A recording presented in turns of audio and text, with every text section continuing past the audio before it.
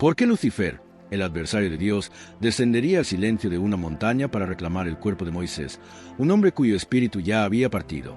¿Por qué el gobernante de las tinieblas se preocuparía por los restos de un profeta? Estas no son preguntas que generan curiosidad, sino preguntas que abren una puerta a uno de los eventos más misteriosos de las Escrituras, un momento preservado en las breves pero explosivas palabras de Judas 1:9. Ahora mismo, en este mismo mensaje, estás a punto de ver por qué intervino el cielo.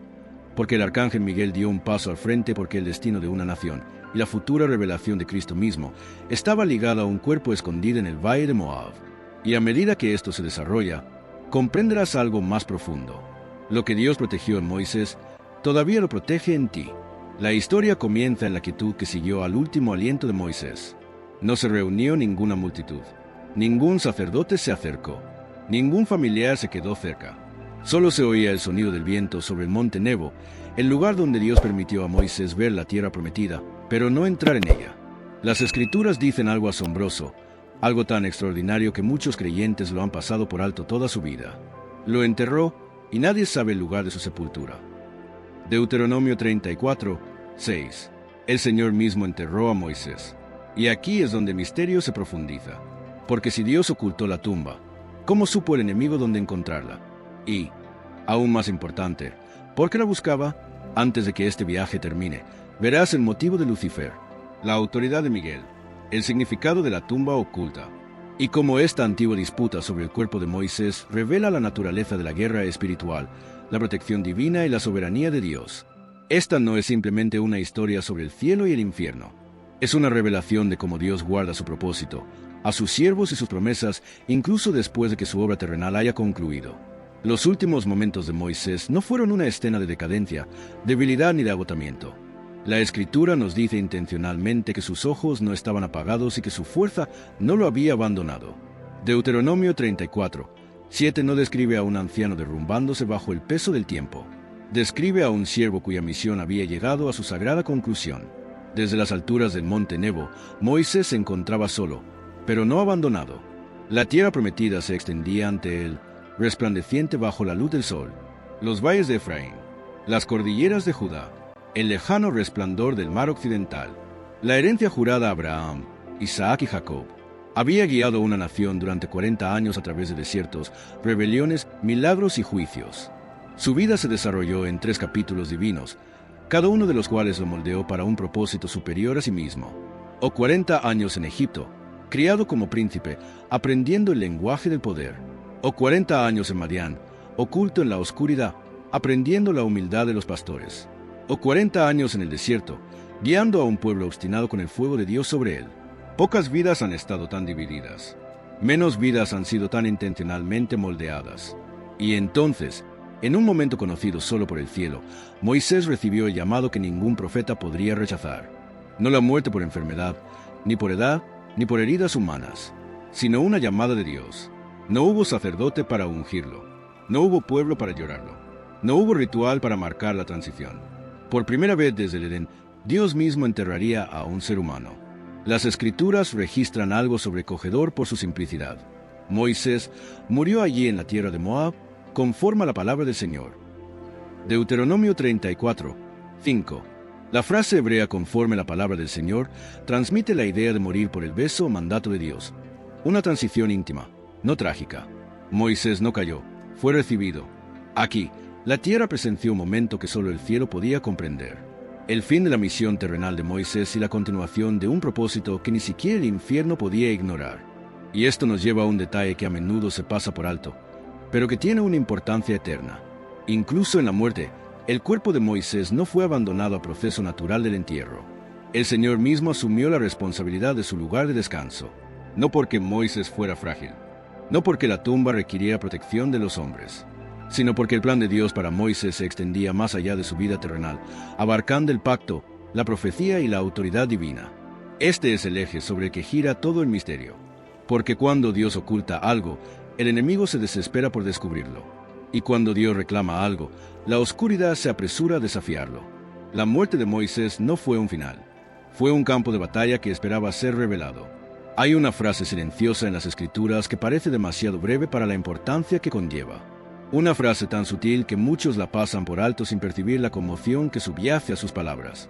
Lo enterró y nadie conoce su sepultura hasta el día de hoy. Deuteronomio 34, 6. Este momento es único en toda la historia bíblica. El Creador, aquel que formó a Adán del polvo, se inclina una vez más para devolver el polvo a la tierra. El Señor mismo se convierte en testigo, oficiante y guardián del entierro de Moisés. Ningún otro profeta recibió este honor. Ni Abraham, ni David, ni Isaías, ni siquiera Elías, quien fue llevado sin ver la muerte. Solo Moisés. Y este acto solitario de Dios plantea preguntas que resuenan a lo largo de cada siglo de fe. ¿Por qué el Señor decidió enterrarlo personalmente? ¿Por qué ocultar el lugar? ¿Por qué rodear la tumba con el secreto divino en lugar del recuerdo humano? Para comprender el peso de este entierro, debemos recordar quién era Moisés, no solo para Israel, sino para las naciones que los rodeaban. Moisés era más que un líder.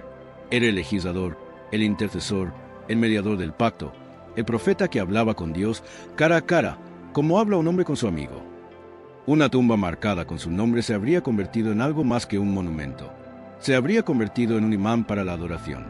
Israel ya había demostrado la rapidez con la que sus corazones podían gravitar hacia la idolatría. Un becerro de oro formado por la impaciencia. Serpientes de bronce erigidas en la desesperación. Altares construidos sin orden.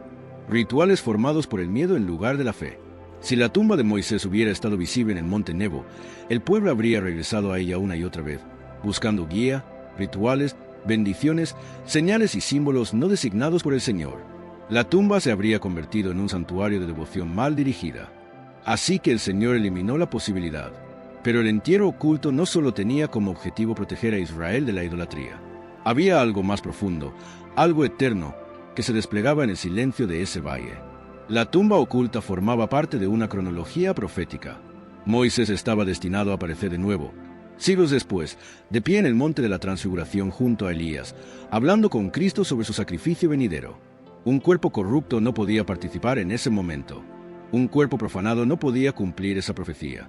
Y el infierno lo sabía. El enemigo observa patrones. Estudia los movimientos de Dios. Sabe que cuando Dios actúa en silencio, la acción rara vez es pequeña. ¿Una tumba escondida por el Señor mismo? ¿Un profeta enterrado por manos divinas? ¿Un cuerpo oculto al conocimiento humano? Estas eran señales. Para el reino de las tinieblas eran alarmas. Y así, el valle de Moab, tranquilo, sin marcar, intacto, se convirtió en un foco de atención espiritual. Lo que Dios ocultó, el infierno buscó exponer. Lo que Dios selló, el enemigo intentó reclamar. Aquí es donde el misterio cobra su giro, porque la tumba que ningún hombre pudo encontrar no estaba oculta a los ojos del adversario. Lucifer conocía su lugar, no por revelación, sino por obsesión. No por permiso, sino por rebelión. Y al acercarse a ese terreno sagrado, la razón del secretismo celestial finalmente sería revelada. El valle donde Moisés fue sepultado debía permanecer intacto, un lugar conocido solo por Dios, sellado por su voluntad y custodiado por su soberanía. Sin embargo, el silencio de ese suelo sagrado no permaneció imperturbable. Lo que ningún ojo humano presenció, el reino de la oscuridad lo observaba con atención, porque el enemigo se siente atraído no solo a lugares de muerte, sino a lugares de propósito divino. Y así, en la quietud de Moab, se acercó una presencia que no pertenecía allí, no con truenos, no con espectáculo, sino con una distorsión del aire mismo, una quietud demasiado profunda, una sombra que se asomaba donde ninguna sombra debía moverse. Lucifer había llegado, no con las crudas imágenes que a menudo pinta la imaginación, sino con los vestigios de la majestad que una vez portó antes de su caída. Las Escrituras lo llaman el acusador, el que se opone, el que busca corromper lo que Dios ha consagrado. El adversario no vaga sin rumbo, sigue las huellas de la intención divina. Y en el cuerpo de Moisés vio algo que ansiaba profanar. Para él, esto no era un cadáver. Era una oportunidad para distorsionar un legado que había moldeado naciones y revelado la santidad de Dios. Moisés representaba la ley, el pacto, la autoridad de la profecía, pilares que Lucifer siempre había intentado socavar. Si pudiera reclamar el cuerpo, podría, o transformar el recuerdo en idolatría, o sabotear la profecía futura, o socavar la credibilidad de la ley, y distorsionar el símbolo de un siervo que había caminado tan cerca del Señor. El movimiento de Lucifer hacia la tumba no fue impulsado solo por el odio, sino por la estrategia. Se acercó al lugar de descanso oculto con un propósito deliberado. Cada paso llevaba el peso de la rebelión. Cada intención llevaba el aroma de la corrupción. Hay una verdad aleccionadora aquí. El enemigo a menudo busca los lugares que Dios ha ocultado intencionalmente. Apunta a las cosas que Dios valora. Se acerca a todo lo que el cielo ha tocado. Y en esta tumba, Lucifer creyó haber encontrado algo vulnerable, algo que había quedado desprotegido en el silencio de Moab. Pero lo que calculó mal fue el carácter de Dios. El Señor no entierra a sus siervos en secreto para luego dejarlos expuestos. No oculta lo que no pretende proteger. No consagra lo que no defiende.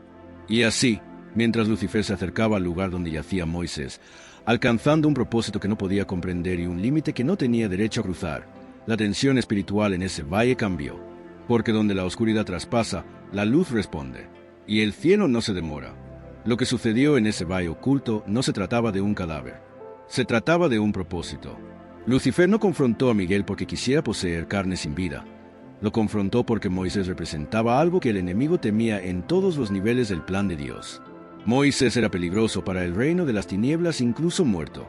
Había 3 razones, 3 pilares de importancia espiritual, que convirtieron a Moisés en un blanco.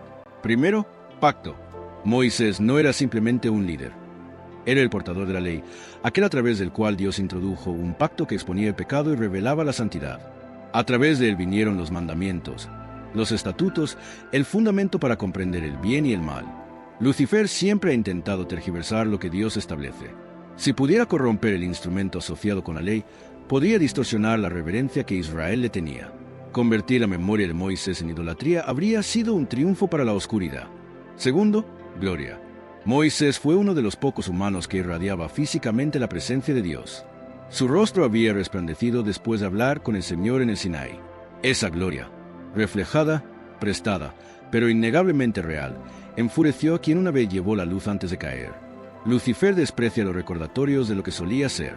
Tocar el cuerpo de un hombre que entró en la gloria divina y vivió habría sido una profanación que anhelaba cometer. Tercero, profecía. Esta era la razón más seria de todas. Moisés no había terminado. Siglos después de su entierro, estaría junto a Elías en el monte de la Transfiguración, hablando con Cristo sobre su sacrificio venidero. Ese momento no fue simbólico. Fue una alineación profética, la ley y los profetas junto a Mesías como testigos de su misión. Si el enemigo podía corromper el cuerpo, podría intentar interferir con un momento que el cielo ya había escrito en la eternidad. Lucifer no quería huesos. Quería disrupción.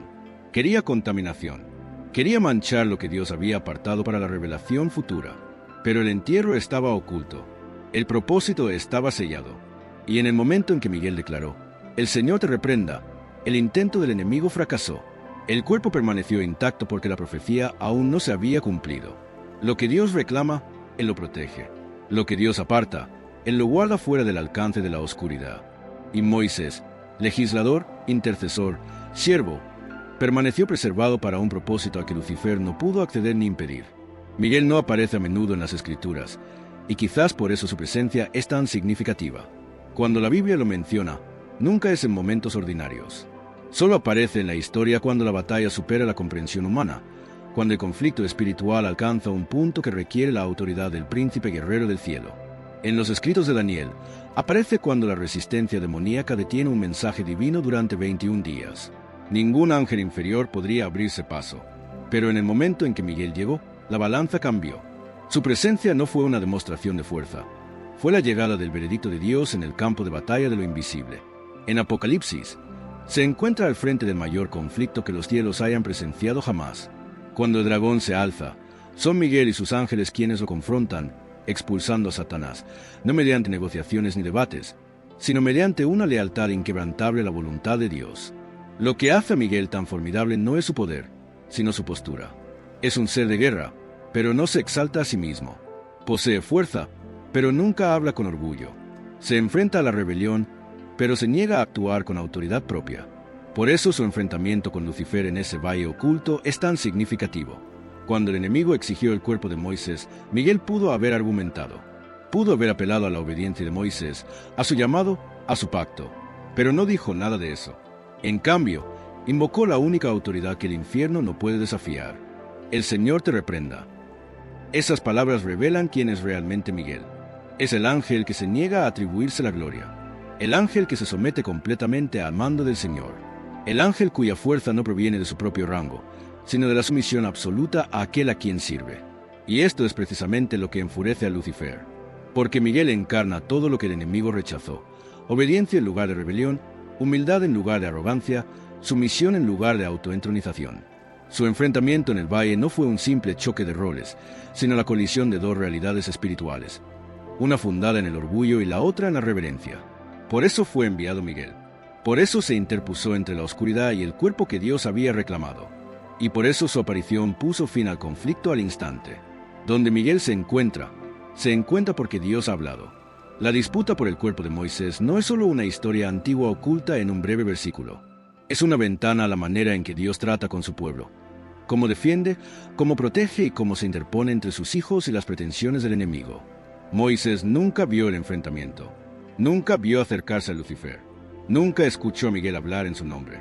Ya había entrado en la eternidad. Sin embargo, el cielo seguía luchando por él. Eso por sí solo revela algo profundo.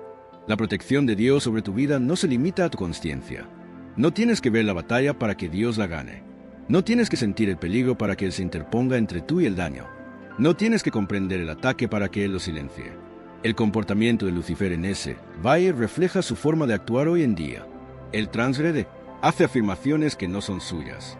Intenta definirte por tus fracasos, tus pecados, tu pasado o tus debilidades, tal como señaló los errores de Moisés para justificar sus exigencias. Pero la misma verdad expresada en ese lugar oculto permanece inalterada. El enemigo no tiene la última palabra.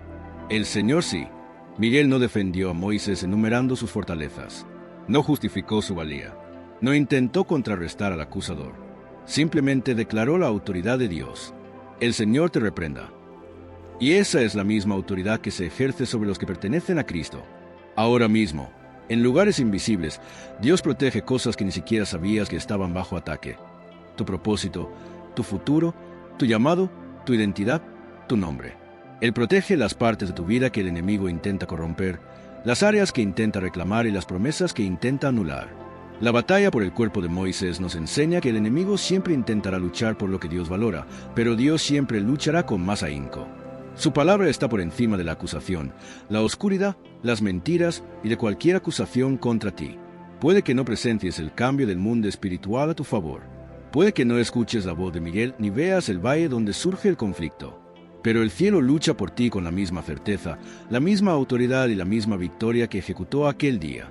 La disputa en Judas 1:9 no es una historia de miedo, es una historia de consuelo. Un recordatorio de que Dios defiende a los suyos, incluso después de su último aliento. Y si preservó el cuerpo de Moisés para un propósito escrito en la eternidad, protegerá el llamado que puso en tu vida con la misma determinación. No estás desprotegido, no estás indefenso, no eres reclamado por la oscuridad. Donde Dios ha hablado, el enemigo no puede afianzarse. El conflicto por el cuerpo de Moisés no es solo un momento preservado en las Escrituras. Es una declaración de la fiereza con la que Dios defiende lo que ha llamado elegido y sellado. Si guardó a un profeta en la muerte, ¿cuánto más se protegerá a ti en vida? Si envió a Miguel para silenciar una acusación en un valle escondido, ¿cuánto más silenciará toda voz de oscuridad que se levante contra tu destino? Este mensaje es un recordatorio de que no estás solo en este camino. Incluso cuando te sientes invisible, el cielo te ve. Incluso cuando te sientes vulnerable, Dios te rodea. Incluso cuando sientes el peso de las acusaciones, Dios mismo te defiende. Así que, si esta verdad te fortaleció, compártela. Deja que alguien más escuche lo que el enemigo no quiere que sepa. Dios lucha por su pueblo incluso en los lugares invisibles. Y si eres nuevo aquí, quiero invitarte a que te quedes con nosotros. Suscríbete. Activa la campana de notificaciones y forma parte de una comunidad que busca comprensión, profundidad y verdad bíblica con reverencia y claridad, porque el próximo estudio profundiza aún más. En el siguiente video, exploraremos uno de los misterios más ignorados de las Escrituras, la identidad de la esposa de Caín y el linaje oculto de las primeras generaciones después del Edén. Un tema poco abordado, pero esencial para comprender los fundamentos de la historia humana. Ya está disponible y debería aparecer en tu pantalla ahora mismo. Haz clic. Continúa con nosotros y deja que el viaje por las Escrituras se desarrolle con claridad y honor.